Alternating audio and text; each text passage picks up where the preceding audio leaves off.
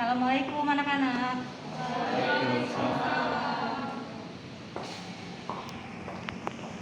Oke, untuk hari ini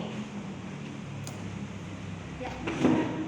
Sekarang mata pelajaran sejarah peminatan ya. Oke, sebelumnya untuk hari ini Ibu mau menanyakan kabar kalian. Bagaimana kabar kalian hari ini? Alhamdulillah. Oke, pertama-tama sebelum memulai pelajaran, Ibu mau kalian memimpin dulu doa dipimpin sama ketua kelas. Silakan Zarefa. Sebelum memulai pembelajaran, alangkah baiknya kita berdoa menurut agama dan kepercayaan masing-masing. Berdoa, mulai.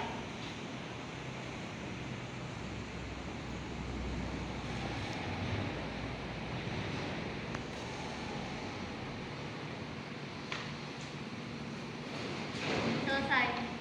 Beri salam.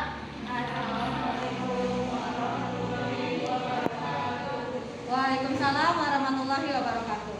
Oke, sekarang Ibu akan absen dulu ya siapa yang hadir hari ini. Aisyah hadir? Hadir. Oke. Alia Zarefa? Hadir. Dita? Dinda? Hadir.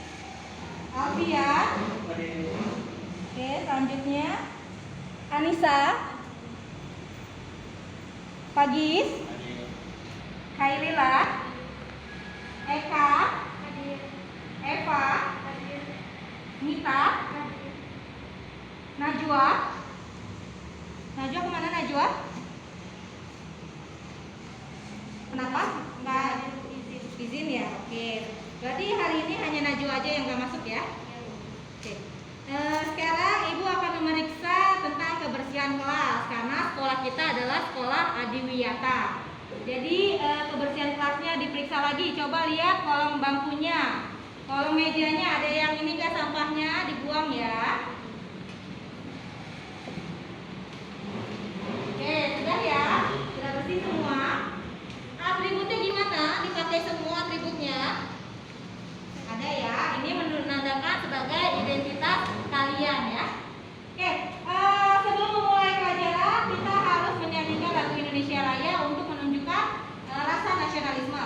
Dipimpin sama ketua kelas ya, sama Dinda. Karena Dinda hari ini masuk pertama ya. Paling pagi Dinda masuknya, makanya yang mimpin sekarang Dinda. Oke, semuanya berdiri dulu ya.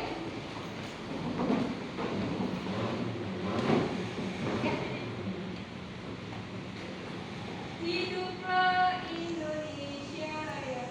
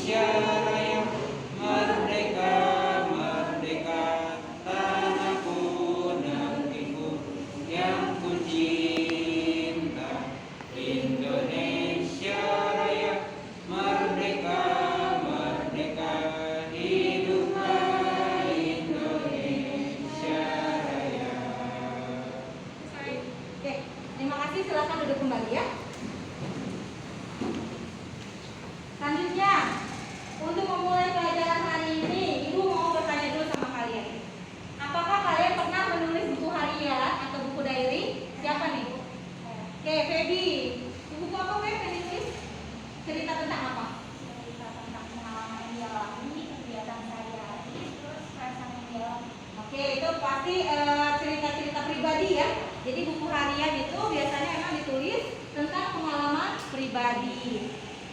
Kira-kira buku harian kalian berguna nggak sih nantinya? Berguna? Bergunanya gimana, Dinda? Gunanya itu sebagai dokumentasi untuk mengingat hal-hal yang pernah kita lalui sebelumnya. Ya, benar ya. Itu pasti berguna di masa depan nanti. Nah, sekarang Ibu akan menunjukkan salah satu buku harian. Di sini merupakan satu buku harian bersejarah. Ini adalah gambar dari buku harian Kapten Johan Rokavinen. Siapa dia? Kapten ini adalah kapten seorang kapten yang melakukan penjelajahan dunia. Ketika dia melakukan penjelajahan, dia itu menuliskan perjalanan dia, catatan perjalanannya dalam sebuah buku harian atau kita sebut dengan buku diary biasanya kan. Nah, akhirnya buku diary dia ini sangat bermanfaat, bahkan sampai sekarang dijadikan sebagai rujukan para penjelajah dunia. Gara-gara buku ini kita jadi bisa ikut melakukan penjelajahan dunia. Karena apa? Karena si Kapten Johan Roka ini melakukan catatan. Jadi setiap rute yang dia lewati dicatat, setiap apapun yang dialami itu dicatat. Nah, itu juga bisa kalian kalian ini kan sekarang kalian lakukan sekarang, yaitu kalian mencatat hal-hal penting supaya nanti ketika kalian dewasa kalian bisa menjadikan itu sebagai patokan. Oh, ternyata ketika saya di SMA saya pernah mengalami ini, ketika di SMP saya pernah mengalami ini. Paham ya sampai sini ya? Jadi jangan berhenti menulis.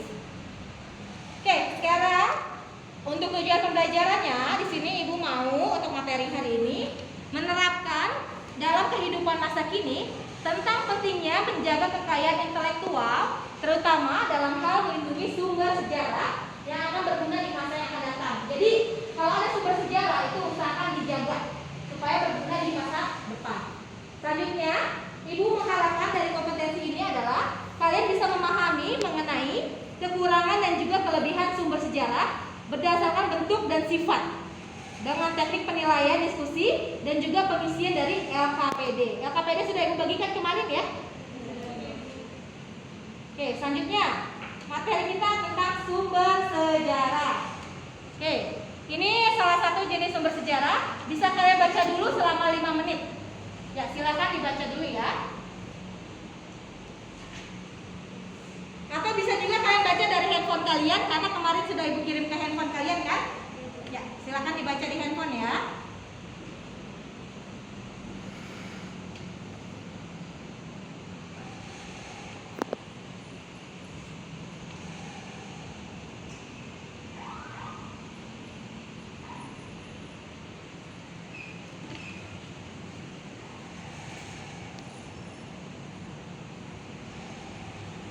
Oke, waktunya sudah habis. Sudah paham berarti ya tentang sumber sejarah ya? Nah, jadi sumber sejarah itu apa? Ada yang bisa membacakan kayak di depan? Coba Mita, silakan Mita.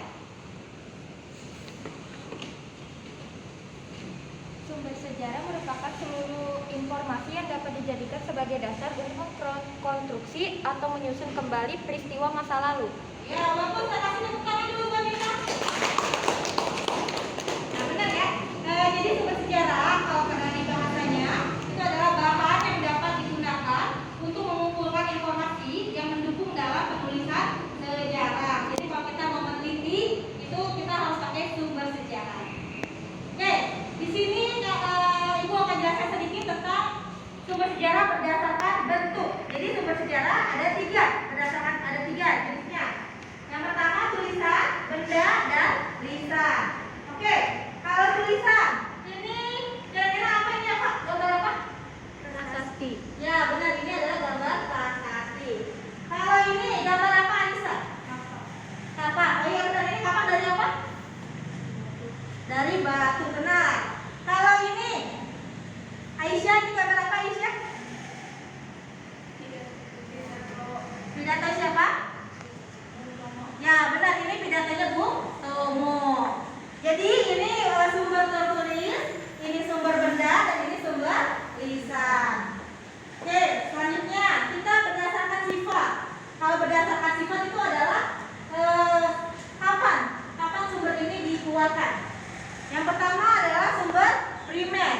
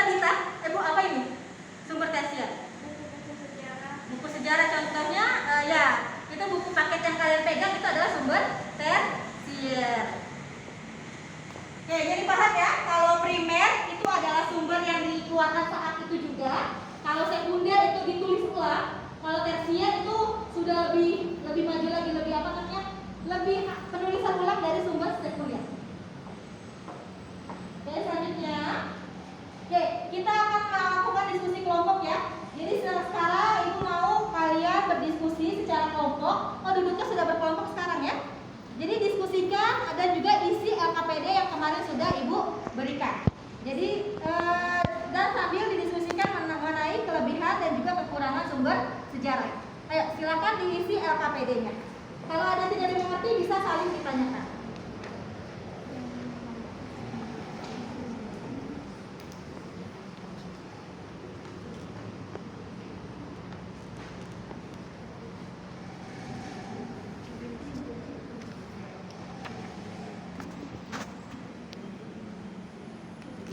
Ibu kasih waktu 15 menit untuk pengisian LKPD ya.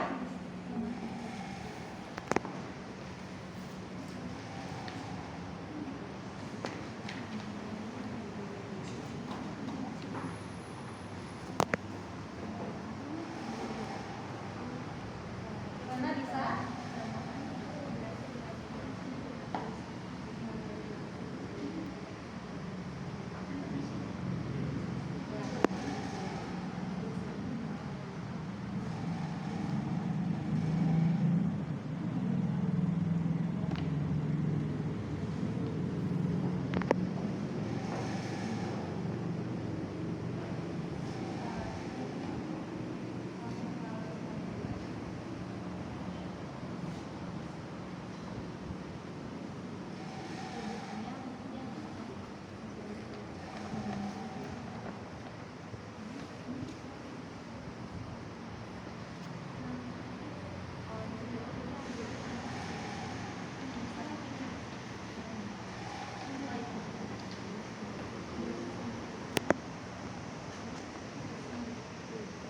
Gimana? Susah nggak? Bisa? Bisa Bu. Bisa ya.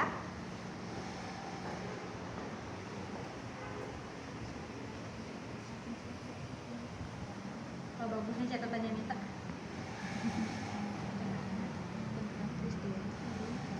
Iya, di komain aja. Sekarang kan.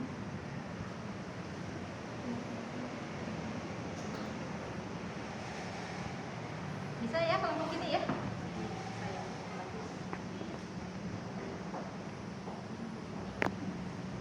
Kalau ada yang tidak dimengerti bisa ditanyakan ya.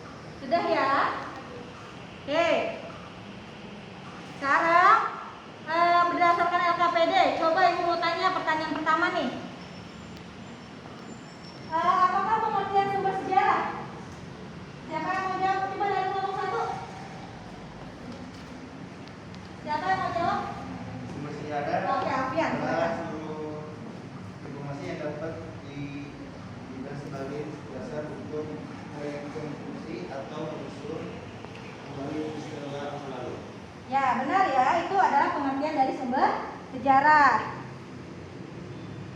Oke, selanjutnya yang kedua, apa saja kelebihan dari sejarah lisan? Ayo kelompok 2, siapa yang mau jawab? Anissa, silakan Anissa. Kelebihan sejarah lisan yaitu informasi secara sejarah didapat dari saksi, pelaku, atau orang-orang yang bersangkutan dengan sejarah secara langsung, dan pengumpulan data dari komunikasi dua arah. Ya, jadi kelebihannya adalah bersumber dari pelakunya langsung. Ya. Yang ketiga, tuliskan sumber sejarah tersier yang ada di sekitarmu. Untuk kelompok 3, siapa yang mau jawab? Oke, Dinda. Silakan Dinda. Sebelumnya saya akan menjelaskan dulu sumber sejarah tersier itu apa. Nah, sumber sejarah tersier atau dari bahasa Latin yang artinya ketiga, berarti suatu kelompok dan kompilasi antara sumber sejarah primer dan sumber sejarah sekunder. Contohnya itu seperti katalog perpustakaan, daftar bacaan sejarah, serta buku pembelajaran sejarah yang biasa digunakan dalam pembelajaran di kelas seperti buku yang saya bawa. Ya, bagus tuh Dinda ya. Berarti benar yang tadi dijelaskan sama Alfian, sama Anissa dan juga Dinda. Kasih tepuk tangan buat kalian semua. Oke, jadi tadi kan LKPD-nya sudah diisi. Sekarang Ibu mau kalian membuat infografis dari Canva. Sudah punya kan aplikasi Canva semua? Oke, jadi buat infografis tentang kekurangan dan juga kelebihan dari sumber sejarah. Ibu kasih waktu 15 menit buat membuat infografisnya ya. Dimulai dari sekarang ya. Silahkan dibuat.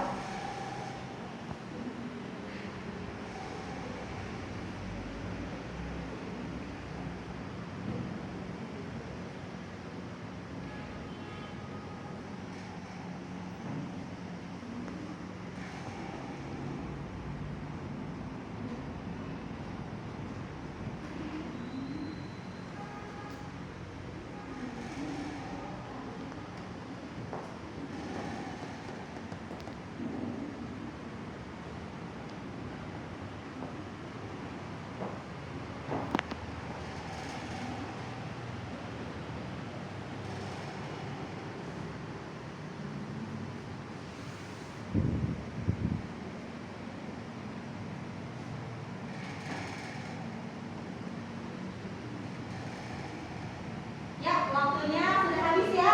Sudah 15 menit ya. Sudah jadi infografisnya? Oke, infografisnya nanti dikumpulkan ke ketua kelas ke Zareva ya.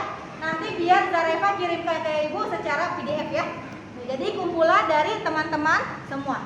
Kumpulkan infografis tentang kekurangan dan juga kelebihan sumber sejarah.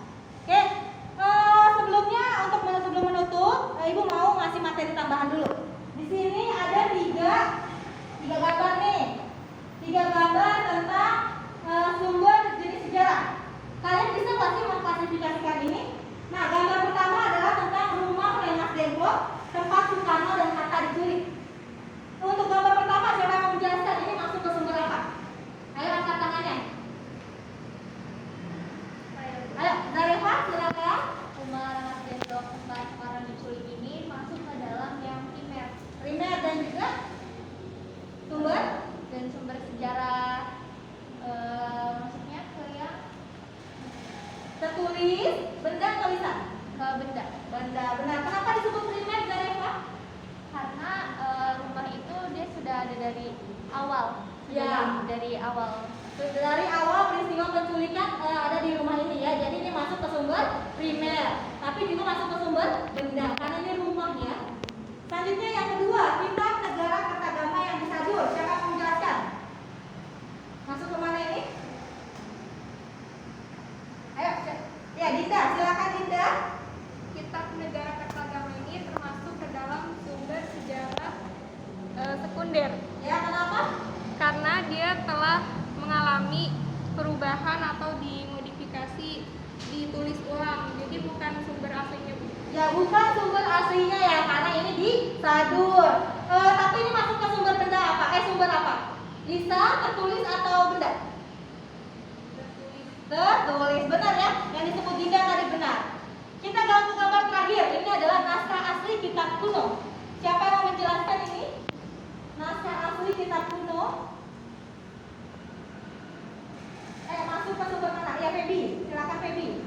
Naskah asli kitab kuno itu masuk ke sumber primer karena itu merupakan naskah asli yang belum dimodifikasi sama sekali dan itu merupakan sumber jenis tertulis. Tertulis, benar ya. Jadi apa yang dibilang sama Zareva, Dinda dan juga Febi sudah tepat semua. Kita kasih tepuk tangan buat mereka semua ya.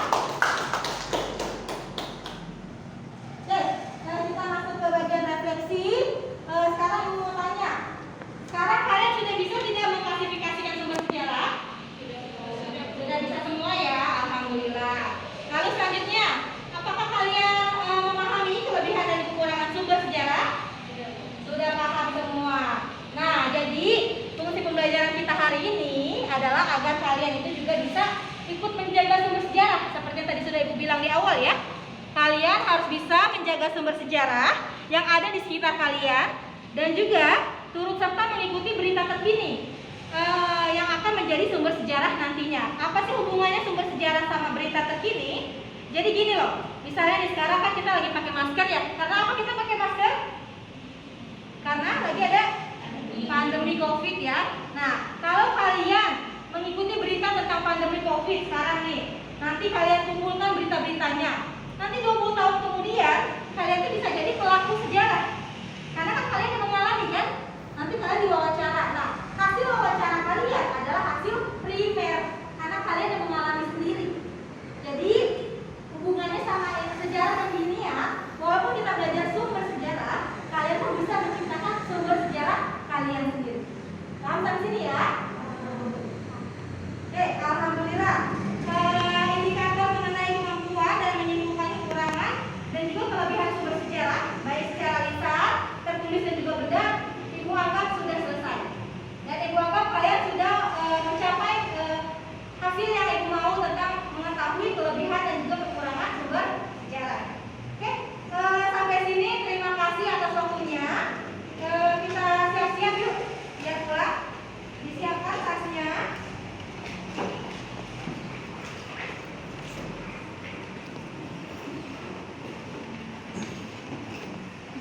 Ayo, sebelum pulang dipimpin doa dulu sama ketua kelas. Silakan Zareva. Ya, tapi ini belum rapi. Kita tunggu sampai rapi dulu ya.